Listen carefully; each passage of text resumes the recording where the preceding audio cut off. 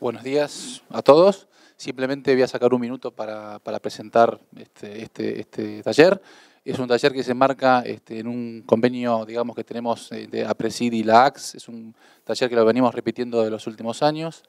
La ACS, como tienen ahí el logo es una asociación, es una sociedad científica que se encarga de la difusión y promoción de todo lo que tiene que ver con el recurso suelo. Así que este taller, como verán en el título, apunta a que podamos ver cuáles son los criterios para realizar un buen muestreo de suelos y con lo cual muy contento de ver tanta gente y los invitamos a visitar nuestro sitio web para que sepan qué actividades hacemos y bueno, cualquier consulta que tengan posterior a este taller serán muy bienvenidas. Lo dejo con el moderador. Muchas gracias, Martín. Adelante. Tengo este. Hola, hola. ¿Se escucha? Sí. Bueno, buenos días a todos. Desde ya muchísimas gracias por el interés y bueno, espero poder resolver o atender sus expectativas. Vamos a hablar de muestreo de suelos. Para comenzar, intento 2 minutitos entrar en el tema de tomar una muestra, pero la problemática de tomar muestras en general, no solamente de suelos, para poder enmarcar lo que es el muestreo de suelos en ese ámbito. Vamos a tomar 3 ejemplos. ¿Me escuchan bien si estoy aquí? Sí. Vamos a tomar 3 ejemplos. Una muestra de sangre, vamos a tomar el ejemplo de una muestra en una encuesta de elección de votos, de elección de preferencias electorales, y vamos a tomar un ejemplo que es nuestro ejemplo de muestras de suelo. En un análisis, y vamos a evaluar estos parámetros. Tenemos el universo a muestrear, bueno, un minuto hasta que le tome la mano al control. Tenemos el universo a muestrear, en el caso de análisis de sangre, un adulto tiene 5 litros de sangre. De esos 5 litros, una muestra que nos toman cuando vamos al laboratorio, son entre 5 y 10 centímetros, según la complejidad de los análisis. Y esto nos está dando una proporción de 10 unidades sobre 5.000. Es la relación entre la cantidad que vamos a analizar como muestra y el universo que queremos calificar. Y nos está dando una relación de 2 cada 1.000 partes. O sea, cada 1.000 partes nosotros, o el laboratorista del bioquímico, va a tomar 2, que son las que va a analizar. Y tiene las condiciones en que se hace esto, están claramente pactadas y todo el mundo las respeta y las conoce. A nadie se le ocurriría ir a sacarse sangre después de comer un asado. O sea, vamos a la mañana, en ayunas, está todo muy pautado y todo el mundo respeta esa condición de muestreo. Una encuesta de elección de voto. En la Argentina tenemos un universo de unos 30 millones de votantes. Una encuesta bien hecha, nos dicen que se resuelve con 600 personas consultadas. Acá ya empezamos a ver la proporción cambia completamente. Ya la muestra es de 2 cada 100.000. O sea, tenemos una proporción muchísimo mayor. Y las condiciones del trabajo de muestreo también está muy claramente definida, hay un protocolo, ¿no? Dicen, bueno, a tal horario, tal perfil, en tal zona, para definir claramente y que ese muestreo sea correcto. Nos vamos a los suelos. Un lote promedio o un ambiente promedio podemos estar muestreando, tiene 50 hectáreas y la densidad aparente es 1,25. Nosotros vamos a querer calificar la calidad de 125 millones de kilos. Tomamos la muestra, 1 kilo en general es una muestra grande, los laboratorios solemos recibir muestras bastante menores. Esta es la proporción que nos está dando, una parte en 125 millones de partes, ¿no? Y da esta proporción de 8 en, ese número ya lo leo en los diarios, una negociación de Griesa con Pollack, pero en lo agropecuario ya se nos va o por lo menos mi conocimiento. O sea que intento mostrar cuán pequeña es la proporción cuando nosotros hacemos análisis de suelos entre la porción que obtenemos para analizar y el universo que queremos calificar. Y este es el otro aspecto importante, en donde podemos pensar, los invito, después vamos a tratar de desarrollarlo, cuán controladas tenemos estas situaciones. Tenemos controlada la condición de humedad, la condición de temperatura, la época, la profundidad, y si las tenemos tan controladas y tan protocolizadas como en este otro tipo de muestreos. Dos conceptos técnicos muy breves para después poder avanzar. ¿Para qué tomamos una muestra de suelo? En principio hay dos objetivos principales. Uno es conocer el promedio. Yo tomo distintas submuestras en un lote, en un ambiente, las junto, genero una muestra conjunta que me va a dar una medida del nivel promedio de fertilidad de ese ambiente o de ese lote. La otra, bueno, al final de la charla le voy a tomar la mano.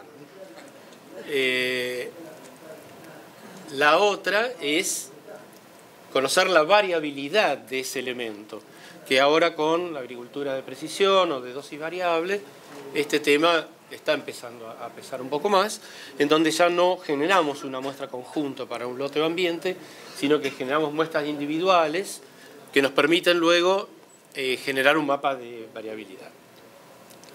El último concepto para poder ya meternos directamente en muestreo, que son estos dos conceptos, exactitud y precisión.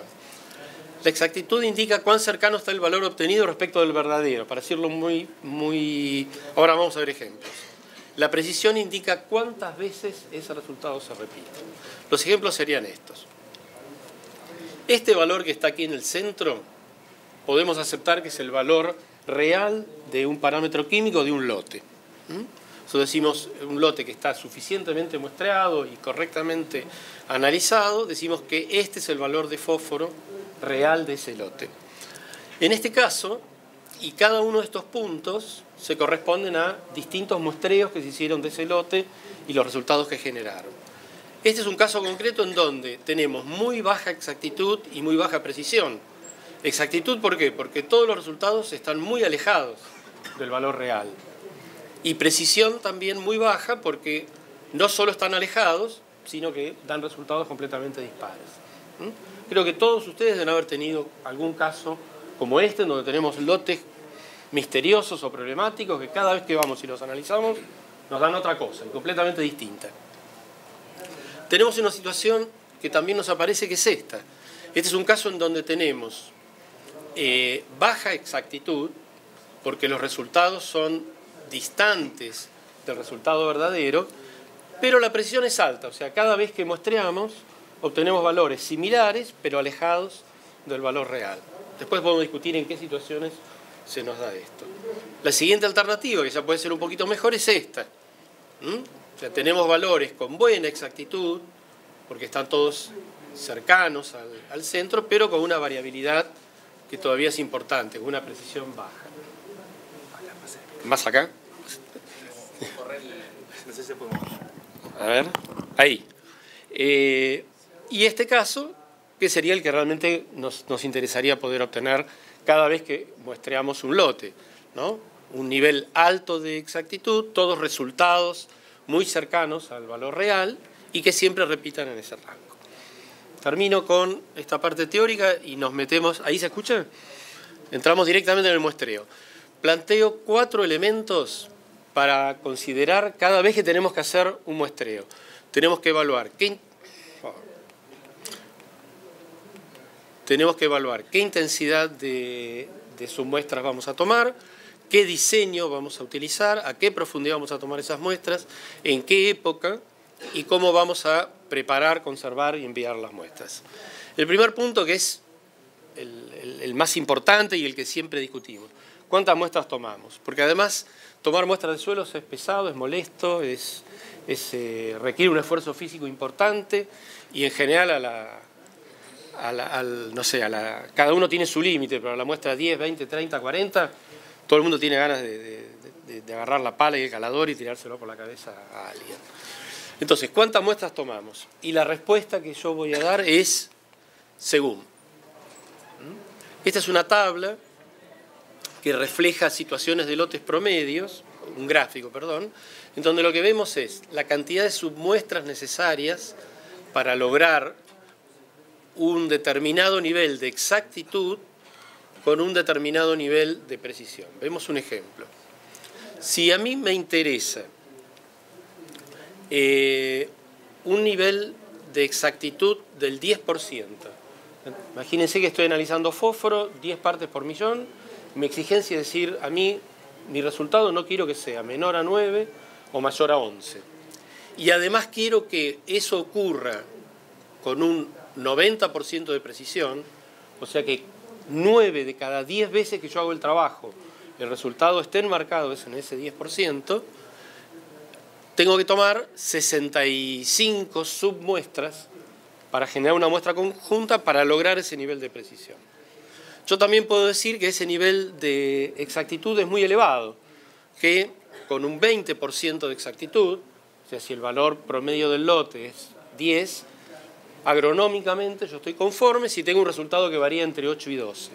En ese caso, lo que claramente puedo hacer es bajar sustancialmente la cantidad de muestras y además reduzco el nivel de precisión.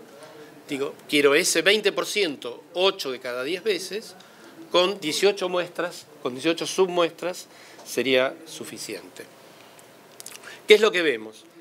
Agronómicamente podemos acordar que en este rango de 15, 20% y 80-90% de precisión no modifican fuertemente nuestras decisiones agronómicas. Lo que observamos entonces es que esta zona, llamémosla de confort, se ubica en este número de 20 submuestras. Es la única receta que voy a dejar en esta pequeña presentación. 20 es un número de submuestras que en términos generales y para lotes o ambientes con una variabilidad normal son suficientes para uno tener este rango de exactitud y de precisión. Este es otro ejemplo de otro lote en donde se ve exactamente lo mismo. Con 20 submuestras, la variabilidad, en este caso el valor de nitratos, ya no se modifica. Terminamos con intensidad. Diseño. Tenemos distintas formas de poder plantear diseños de muestreo. Cada uno se va a adaptar a la condición y al objetivo que tengamos. El más, con el que se empezó muy sencillo, es el randomizado o al azar. Recorremos el lote sin información previa y al azar vamos tomando muestras.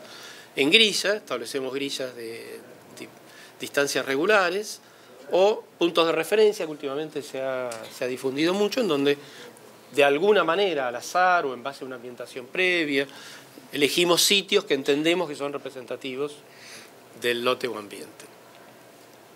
La profundidad. Aceptamos que para elementos no móviles, en principio prácticamente todos, menos nitratos y sulfatos, bueno, se puede discutir, 20 centímetros de profundidad es una profundidad de muestreo adecuada. ¿Por qué? Primero, porque hay una variabilidad importante según la profundidad de muestreo. Este es un ejemplo en donde si se toman las muestras a 20 centímetros, el resultado de fósforo es 10,1, se toman a 10 centímetros es 15, se toman a 5 es 25. Y esta es una fuente de error muy, pero muy frecuente en los muestreos. Variaciones de 2-3 centímetros en la profundidad de muestreo nos implican, para algunos elementos como el fósforo, un error muy importante. El segundo elemento por el cual proponemos muestrear a 20 centímetros es por que la información agronómica que disponemos de umbrales y de valores de confort están, si ustedes se fijan, siempre están referidas a estos 20 centímetros. Esto quiere decir que no hay que muestrear a 5, a 7, a 3 centímetros, no, pero bueno, uno tiene que tener después una fuente de información que le permita interpretar ese dato. Para elementos móviles, justamente porque tienen movilidad en el perfil, planteamos muestreos de hasta 20 y 40 centímetros, 60 puede ser también una opción, después podemos discutir la validez o no. La época del año, también es importante, aún parámetros que creemos que son muy estables, en este cuadro se observa, no lo son tanto. Es un ejemplo, un trabajo de Mabel Vázquez para fósforo. Bueno, el caso extremo es en una pastura ¿no? En el otoño está dando en el orden de 17 partes por millón y en el verano, con un muestreo muy pormenorizado, da 30 partes por millón. Sería importante, cuando se quiera hacer seguimientos de parámetros de fertilidad, estabilizar siempre la misma fecha para tomar las muestras. ¿Cómo enviamos la muestra? Bueno, esta foto intenta mostrar una situación muy frecuente en los laboratorios de cómo se reciben las muestras, ¿no? La bolsa del supermercado, el tarrito de café, un envase, más de una vez llegan en bolsas de fertilizantes. Cada laboratorio tiene a esta altura ya un especialista en descifrar criptogramas, así que logra entenderlo, pero de todas maneras proponemos identificar correctamente las muestras y enviarlas bien acondicionadas. Para ir terminando, planteamos que la calidad de la muestra es determinante para lograr un buen diagnóstico. Sin una buena muestra, todo el proceso de análisis del laboratorio pierde valor. Conclusión. Intento presentar que cada lote es un paciente. No hay lotes iguales, como no hay pacientes iguales. Cada lote es un paciente y uno puede interpretar o puede intentar mirarlo de esa manera. Por lo tanto, cada paciente necesita un diseño y un muestreo. No vamos a hacer el mismo diseño y el mismo muestreo para lotes que tienen características distintas. Hemos evaluado cuáles son los factores que afectan estas tomas de decisiones, si conocemos la variabilidad del lote o no lo conocemos, qué nivel de exactitud y precisión pretendemos tener, si vamos a utilizar dosis uniforme variable, si queremos medir la evolución temporal, etcétera, etcétera. Y tenemos los elementos que planteamos que definen un correcto muestreo. Según la interacción entre cada uno de estos elementos, vamos a definir el mejor plan de muestreo de un lote. Hasta aquí llegué. Estas son algunas preguntas que les sugiero. Si me hacen estas preguntas las tengo preparadas, así que va a ser más fácil. Si me hacen otras preguntas intentaré resolverlas. Muchísimas gracias.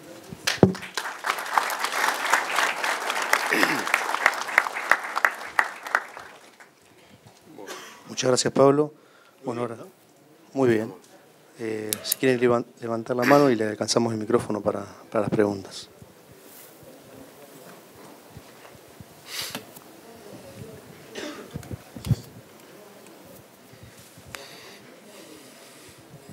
Sí, la pregunta es la siguiente. Yo estoy haciendo siembra por ambientes, tengo un lote supuestamente de 100 hectáreas, tengo una zona de alta producción de 70% de la superficie y una de baja producción de del 30% restante.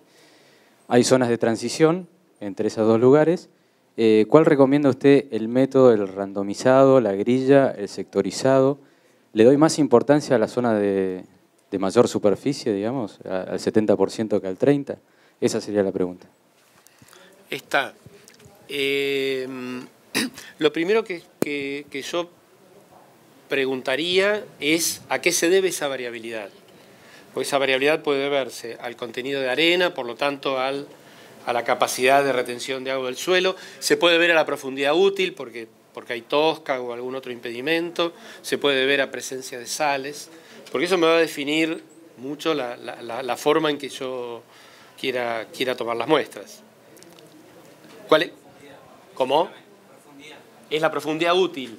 O sea, no se debe ni al relieve ni al contenido en arena. El contenido no, el relieve sí son lomas y medialomas profundas y bajo profundas. Está bien.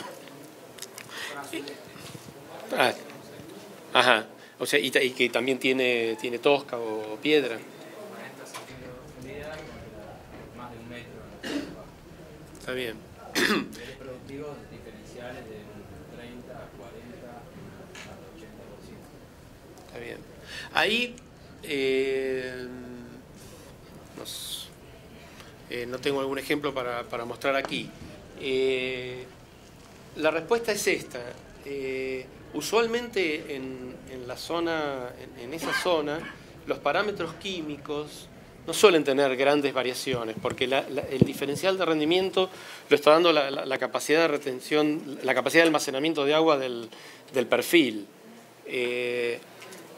Lo que yo sugiero es hacer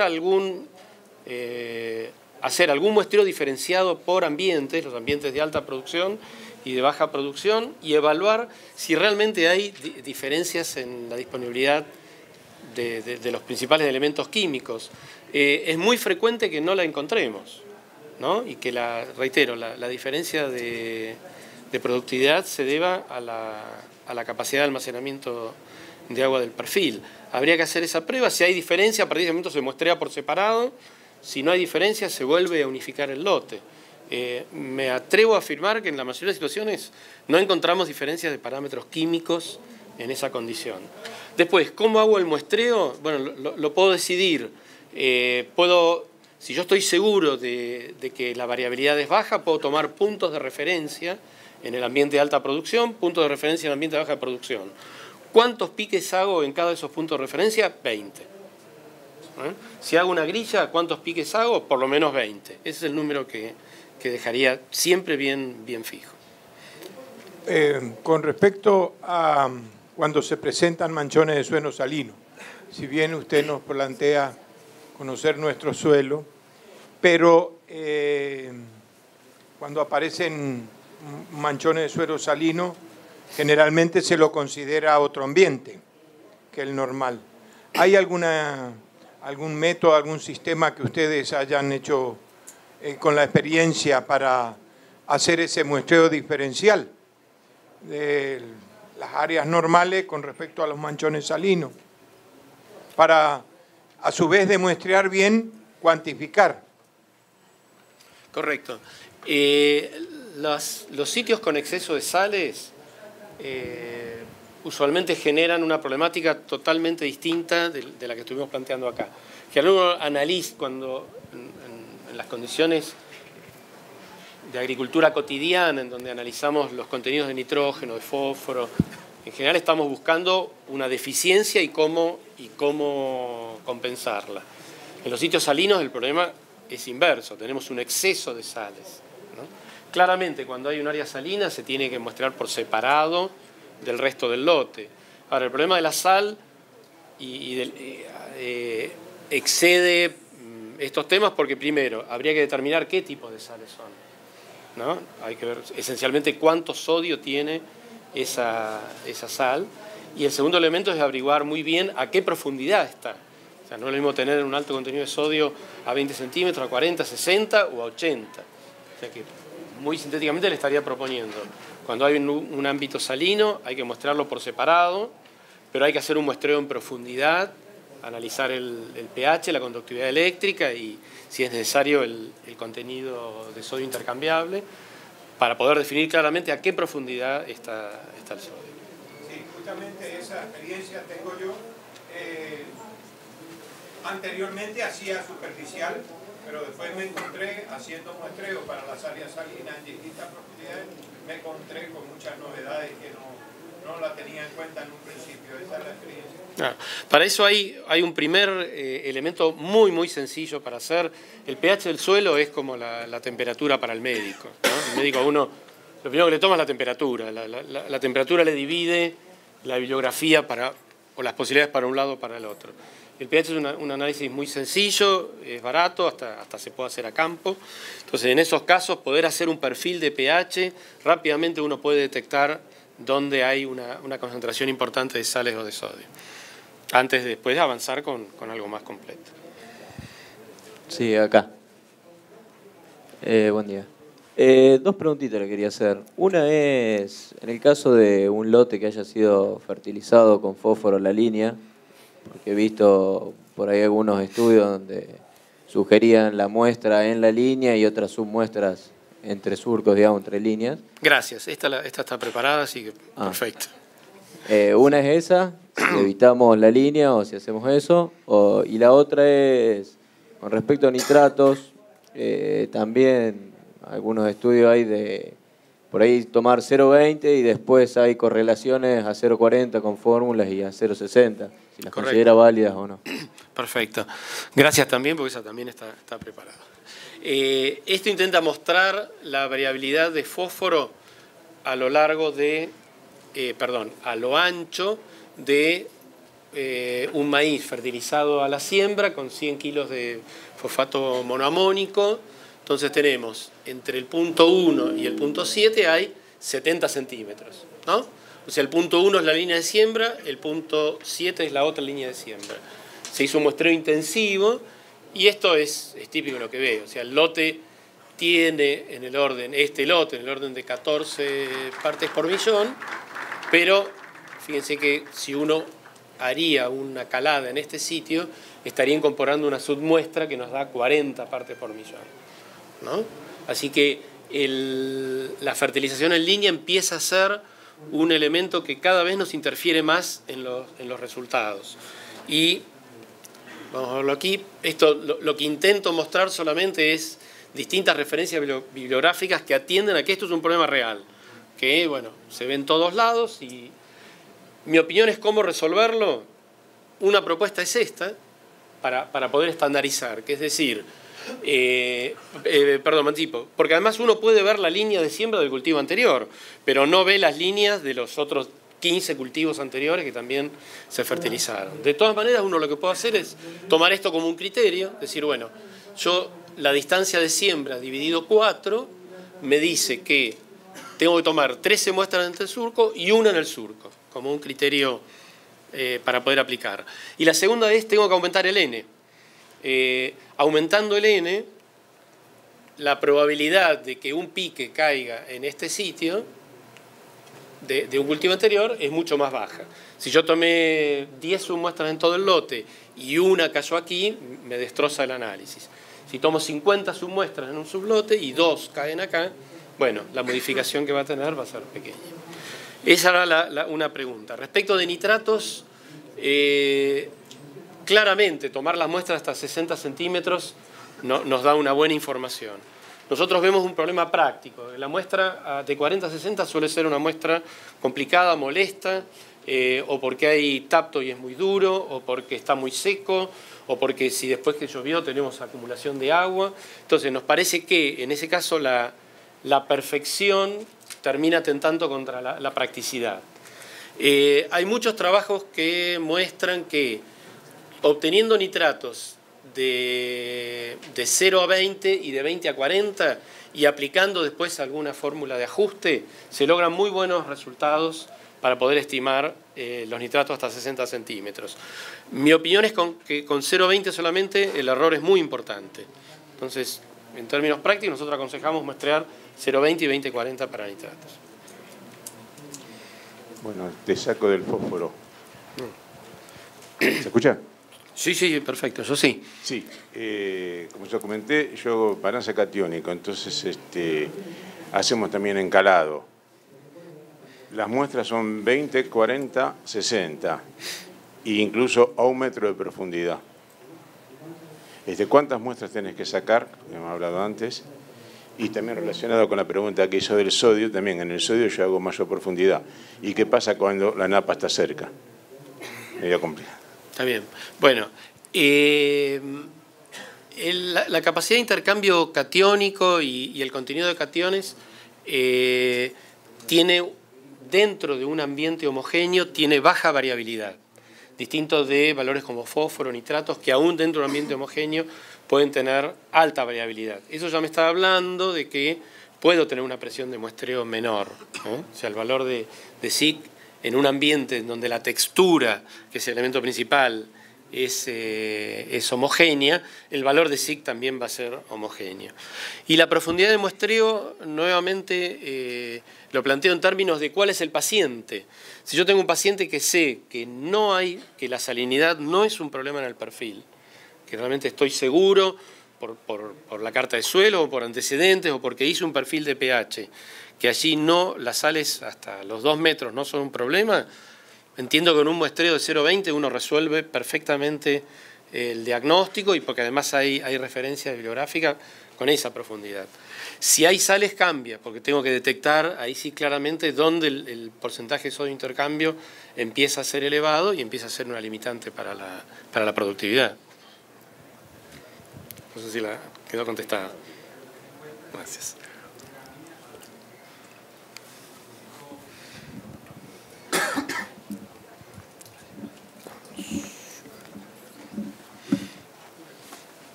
¿Cómo? Ah, la otra pregunta era la napa. Bueno, nosotros lo que planteamos es que lo primero, cuando hay napa, lo que hay que conocer es la condición de esa napa. En la región pampeana hay napas de excelente calidad con niveles de conductividad bajísimos, y hay napas con niveles de conductividad de 30 o 40 decisiemens, o sea que son casi salmuera. Y eso se pueden hacer análisis bastante más completos de cationes, pero la conductividad eléctrica, que es un análisis muy sencillo, que también hasta se puede hacer a campo, rápidamente nos indica la calidad de esa napa. Así que nuestra recomendación es, si hay napas, se llega con algún calador rotativo que permita extraer una pequeña muestra, se analiza, y eso ya me caracterizó. Y después, bueno, hay mucha información respecto de cómo afecta la calidad de la napa la productividad de distintos cultivos.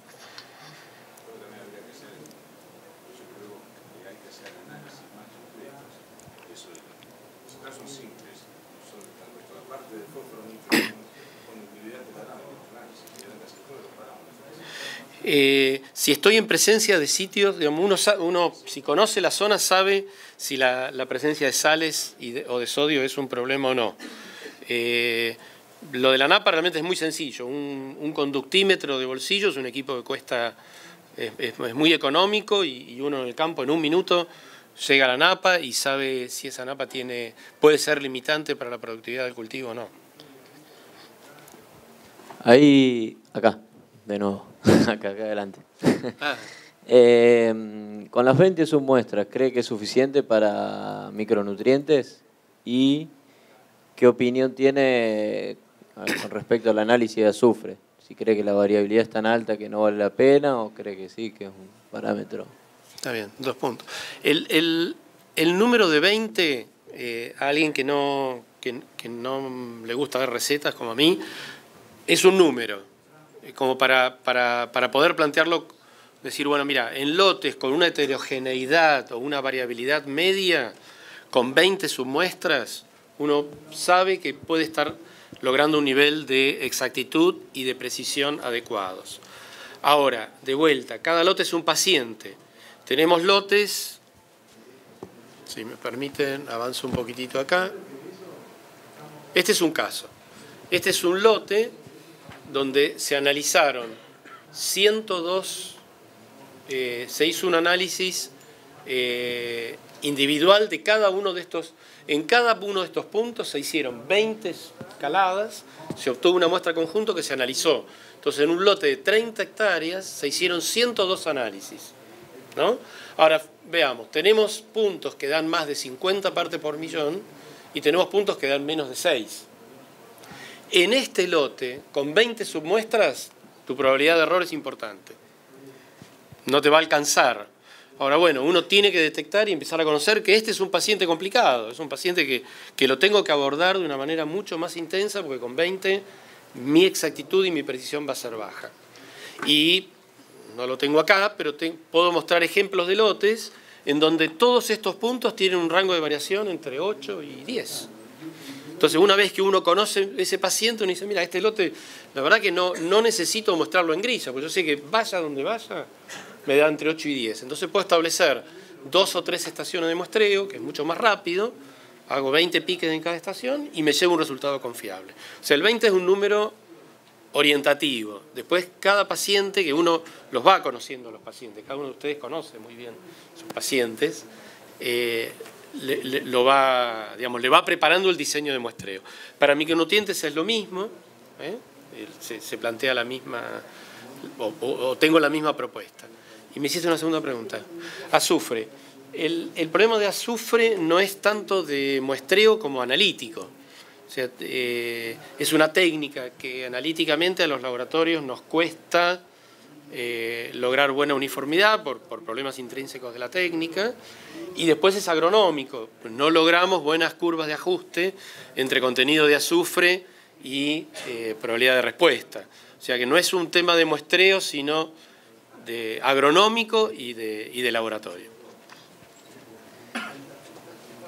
Bueno, acá culmina el taller por el tiempo, así que muchas gracias, Pablo, muchas gracias a todos. Muy bueno salió el taller, así que felicitaciones. Bueno, gracias, muchas gracias.